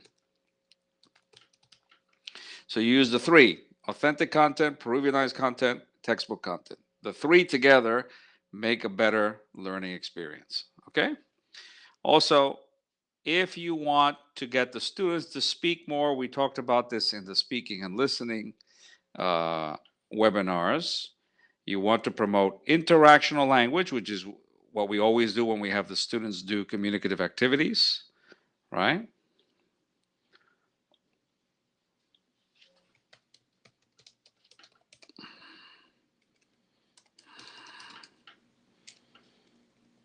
So interactional language is the language that we see in communicative activities from the students. Yeah. And then we have classroom language, which is when the students interact outside of textbook or of communicative activities. Okay. And meta language is when the students explain or describe the grammar. Okay? So we should promote the three: communicative activities where the students practice with each other, classroom language when they interact. So, for example, you are the teacher. I say, teacher, I don't understand. Please explain one more time. Okay. Or, let's see, Heller in the move to the room. Okay. So, teacher, please explain one more time. Or, teacher, I have example. I have question. What is a regular verb? Okay, maybe. Teacher, I have example. Peru is in South America. Very good. Okay. Teacher, I have to go to the bathroom. Can I go, please? Or if you're working with a student, if a student is working with another student, I'm working with Lourdes. I say, Lourdes, what is your answer for the number one? And so Lourdes gives me her answer, and I say, my answer is B. Why you have A? I have B. What you reason for for your answer, Lourdes? So now we're talking, right? We're talking. So we're promoting interaction. This is in your course, by the way, as well. And meta language is when the students explain or describe the grammar. So let's watch a video, quick video, and then we'll move to the exams. Let's watch a quick video. And you tell me, are we watching the students speaking in communicative activities? Are we watching the students use classroom interaction techniques? So communicative interactional language.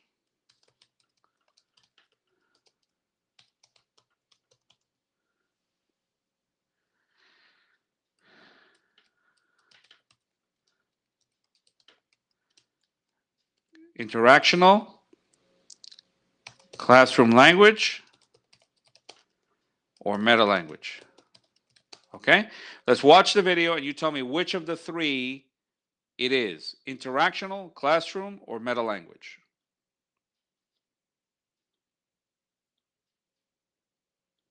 Okay, so now we've seen participial adjectives with both ed and ing endings.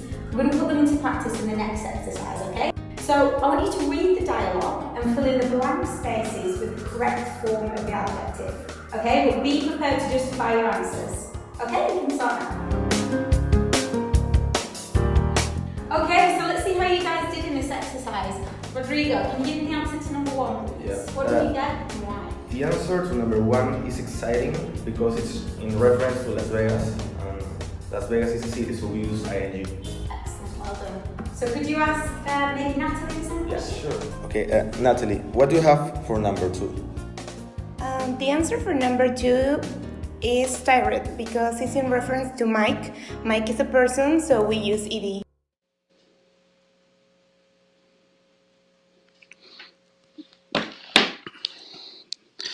Okay, very good. So, all right. So, tell me, is it interactional classroom language or meta language?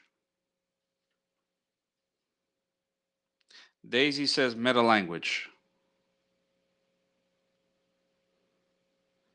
Roxana, meta language. Christina, meta language.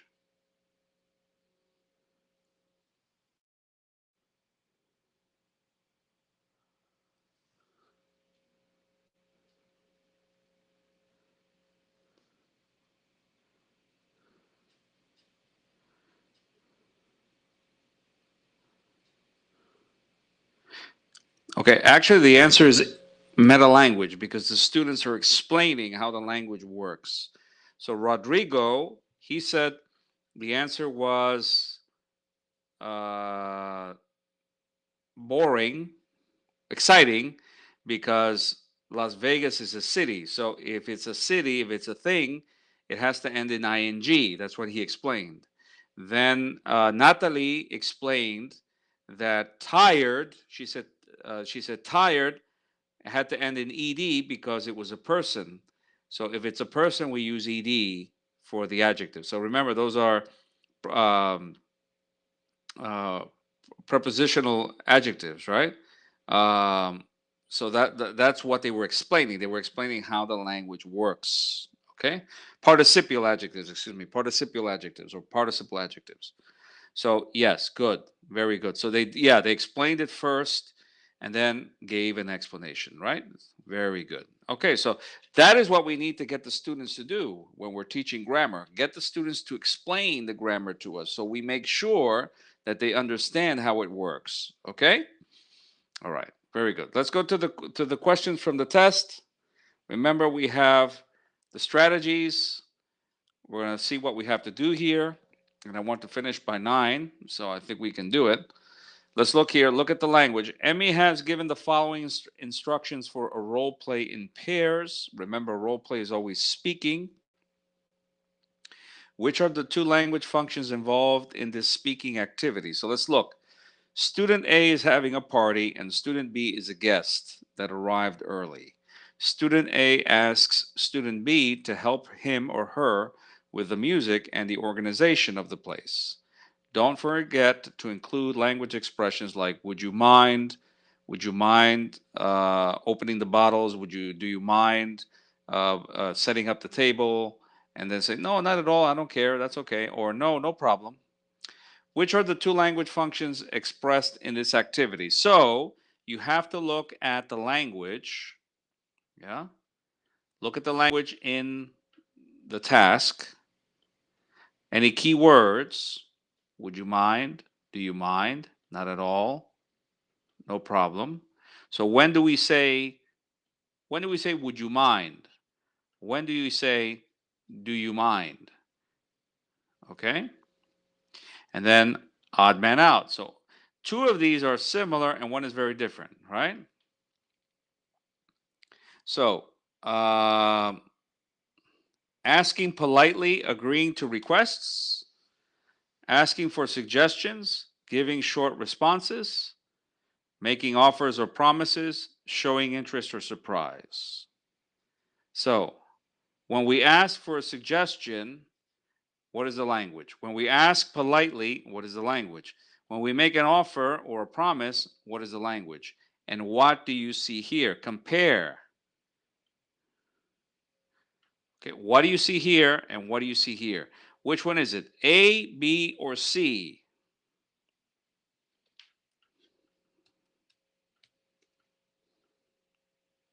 A, B, or C? Lourdes says A. Marlene says A. Christina A. Daisy A. Roxana A. The correct answer is A, asking politely. Would you mind? Do you mind? Okay. Now you have, if you make connection with 50%, a suggestion, do you see suggestions here? No. Okay. Hey, do you have any advice? What can I do? Those are the questions that we use for suggestions. We don't see that here. Promise, making a promise. I promise you.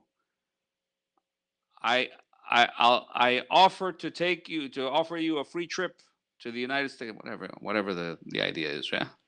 So no, match the language with the content. Okay, so the correct answer is A. Here, Timoteo's students are going to work on the language function, speculating and expressing future possibility using conditionals. Considering his purpose, which type of conditional does he have to ask them to use? All right, so this, well, there aren't too many strategies here. You just have to remember the grammar. So, speculating and expressing future possibility. Future possibility. Is it the first conditional, second conditional, or third conditional? Here, there aren't too many strategies you can use.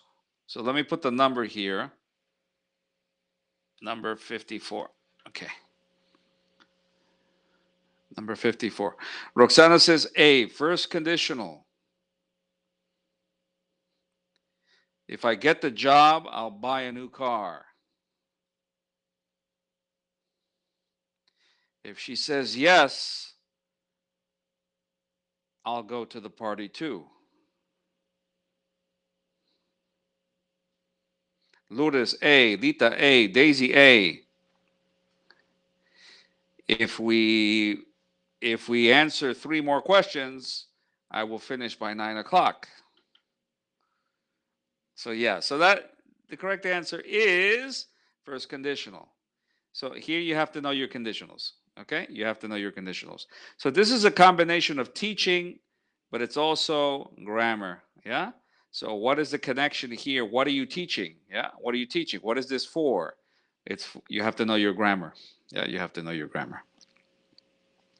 Ernesto's students have been practicing relating past events lately. Now the teacher wants to promote this language function through a meaningful speaking activity. Given the teacher's goal, which of the activities is appropriate? So, what is the key word? What is the key word? If you see this word, it usually means if you see this word, you can use it to find the right answer very easily.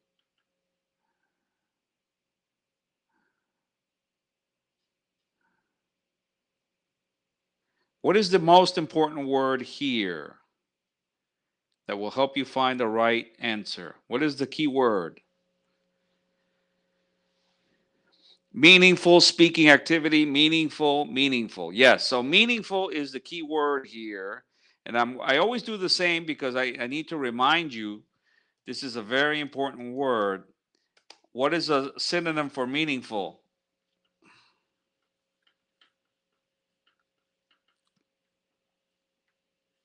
Good, Heller. Heller knows already. Significant, relevant,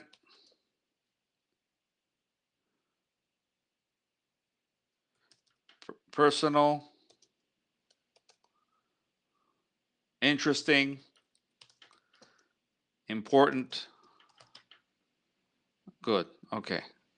Highlighted. Excuse me. Highlight. Yeah, that's correct. Okay. So I put the comma. All right. So this is what we have to look for. So which of these is the most meaningful? The students read a short interview of a famous person on his early years or her early years. The teacher tells the students to highlight the questions and expressions used in the interview to inquire about past events and describe them. Finally, the students work in pairs and use the questions and expressions to interview each other. Okay? Okay. The students listen to the audio of a short story narrated in the past tense. The teacher tells the students to take notes. Then the teacher asks the students to puts the students in groups and tells them to use the notes to reconstruct this story. Once they finish, one student reads a story. C, the students look at a picture of the family. 56. Okay, so the students look at a picture of a family that lived in the 1950s. The teacher writes on the board sentences with used to infinitive to describe the family's routine at that time. He explains that this structure is used to talk about past events. The students write more sentences on that family. On that family, using used to, and then reads the examples of the class. So what is the most meaningful? The most meaningful. A, B, or C? Roxana says A.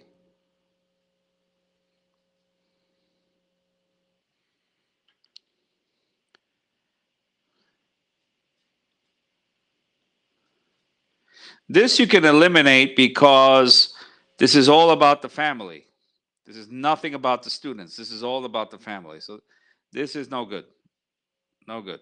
So it's A or B.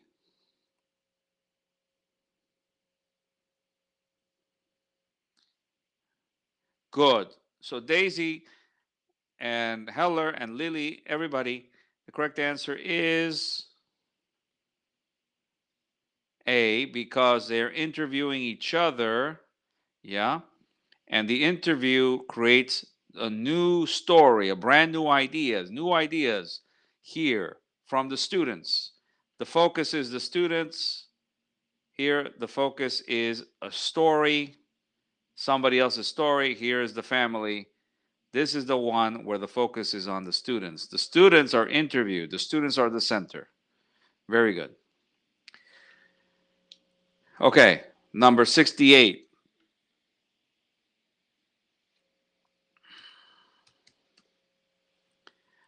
David wants his students to talk about real possibilities in the future using first conditional sentences. He has planned the following activity as the first step of his lesson.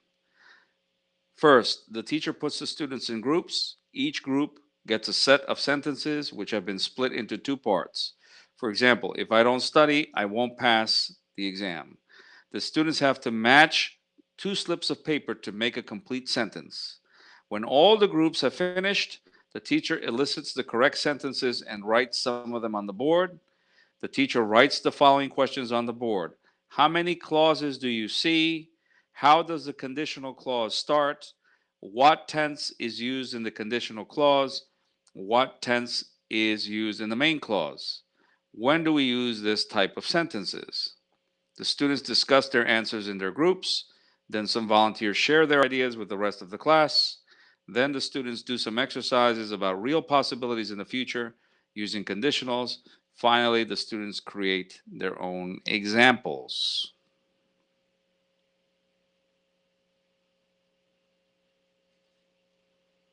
So,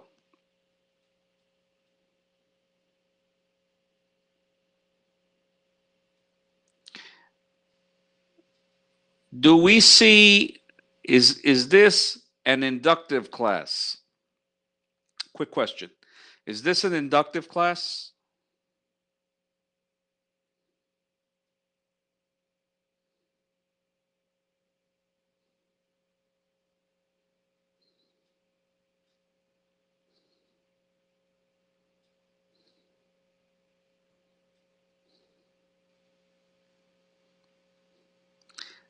So Daisy says this is an inductive class. It is an inductive class. Very good, Heller. Very good, Daisy. This is an inductive class because the teacher does not tell the students they're going to practice the first conditional. He gives them the input, these sentences. They're mixed up, and he wants the students to work together and put them in the right order. So it is an inductive lesson. Does the teacher get the students to practice meta language?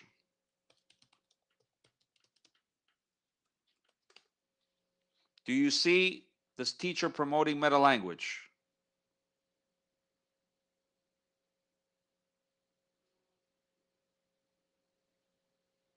Roxana says yes.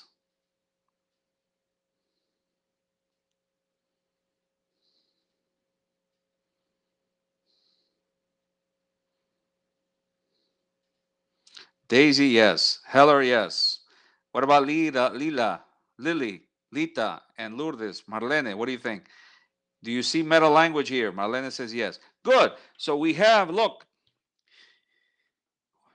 we have input. Good, Lourdes. We have good, Lita. Meta language. So when you see input with the target language and meta language, you want the students to use meta language. Is this an inductive lesson, a deductive lesson, or a functional lesson? A, B, or C? It's not C, it's A or B. Is this inductive or deductive?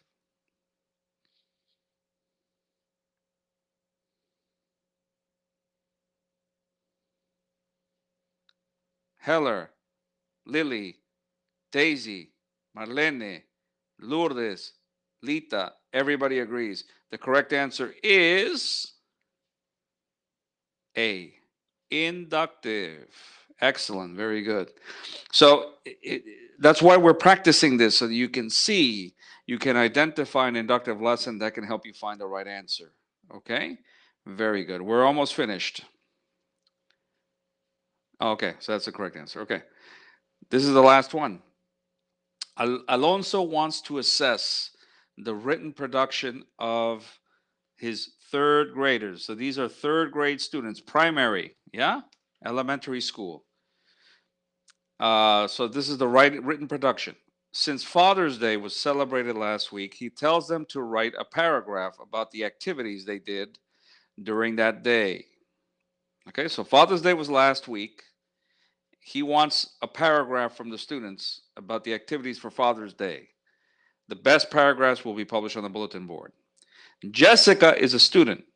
She wrote the first draft, right? The first draft, not the final draft, the first draft.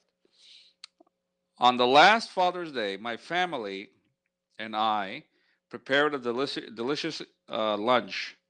We spend a good day. We invite our relatives. On the morning, we cleaned the house, do the shopping, and cooked. On the afternoon, we eat and danced. It was nice. Which of the following aspects should the teacher prioritize in the revision of this text? The feedback. What should be the focus of the feedback? A, verb tense. B, punctuation. C, prepositions. So here, what you have to do is you have to look at the errors. Okay? So you look at the errors.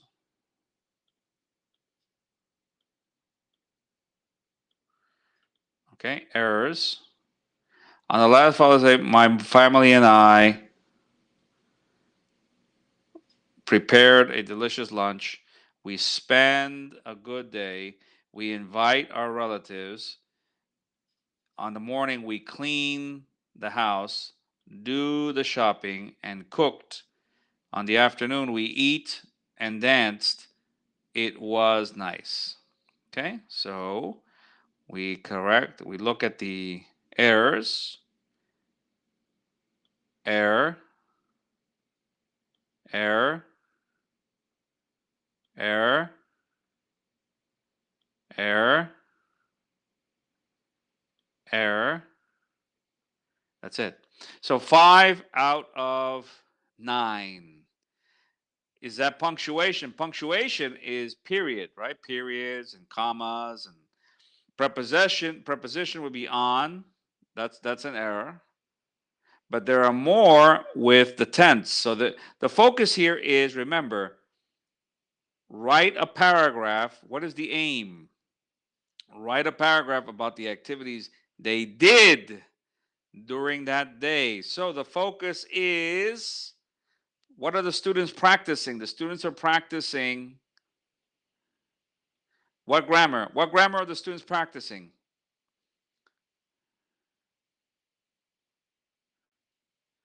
What is the grammar that the students have to use to do the task? Simple past. Very good. Thank you. Thank you, Daisy. Simple past.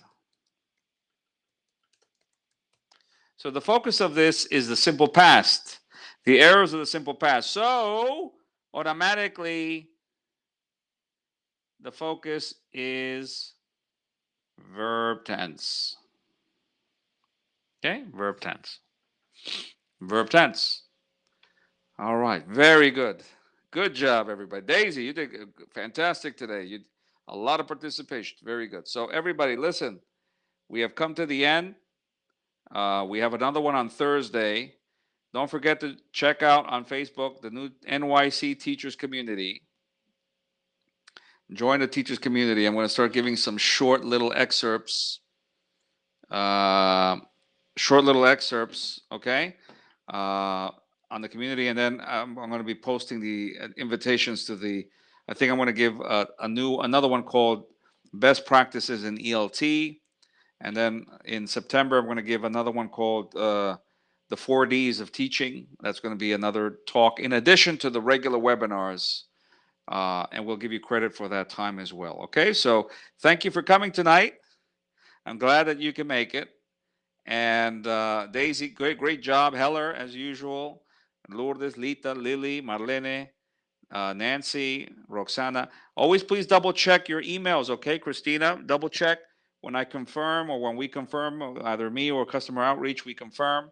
Sometimes I send the invitations when I'm starting my my presentation. Always check your email so that you can join the presentation on time. Thank you for coming tonight. It was great.